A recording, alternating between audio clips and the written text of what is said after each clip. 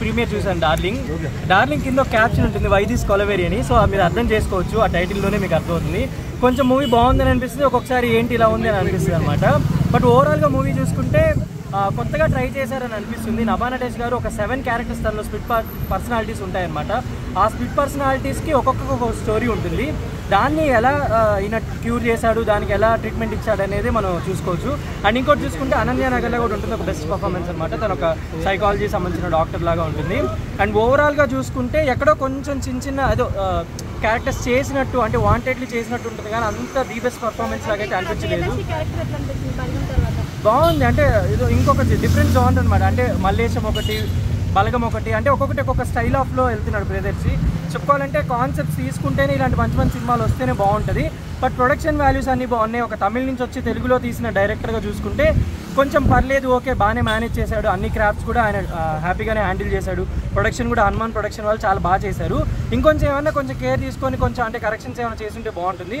But 2 hours 50 minutes అనేది run time, మరి అది ఎంతవరకు బాగుంటుంది అనేది చెప్పలేము. బట్ అయితే మూవీ అయితే చూడొచ్చు, ఎందుకంటే తెలుగు ఆడియన్స్కి ఒకటే కైండ్ ఆఫ్ జానర్స్ కాకుండా ఇలాంటివి కూడా చూస్తే, అంటే మనకి తమిళ్లో అపరిచితుడు సినిమా ఎలా అయితే ఉంటుందో ఇక్కడ తెలుగులో ఇప్పుడు నభా నటేష్ గారు సేమ్ అలానే స్ప్లిట్ పర్సనాలిటీస్తో చేసిందనమాట. బట్ ఓవరాల్ అయితే మూవీ చూడొచ్చు.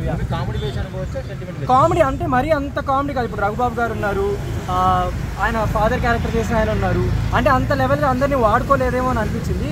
బట్ ఓవరాల్గా అయితే ఓకే మూవీ. ఫ్యామిలీ ఆడియన్స్ చేశారు, కానీ అంటే ఆవిడని ఇన్ని గెటప్స్లో ఒకేసారి చూడటం అనేది అంటే యాక్సెప్టబుల్గా అనిపించలేదు. 2-3 వేరియేషన్స్ బాగా చేసింది, ఇంకొక 2-3 వేరియేషన్స్ కొంచెం పర్ఫెక్షన్స్ చూసుకుంటే బాగుంటుంది. అంటే డబ్బింగ్ వైజ్గా ఇలా కొన్ని చిన్న కరెక్షన్స్ అయితే చేయాల్సి ఉంటుందని అనిపించింది. Yeah, thank you bro. ఎలా అనిపించింది సినిమా? చాలా బాగుంది.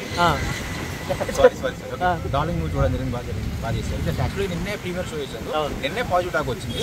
సో ఇప్పుడు చూస్తే ఇందులో మన హీరో ప్రియదర్శన్ గారు యాక్చువల్లీ ఇప్పటివరకు కామెడీ హీరోనే మనం చూసాము.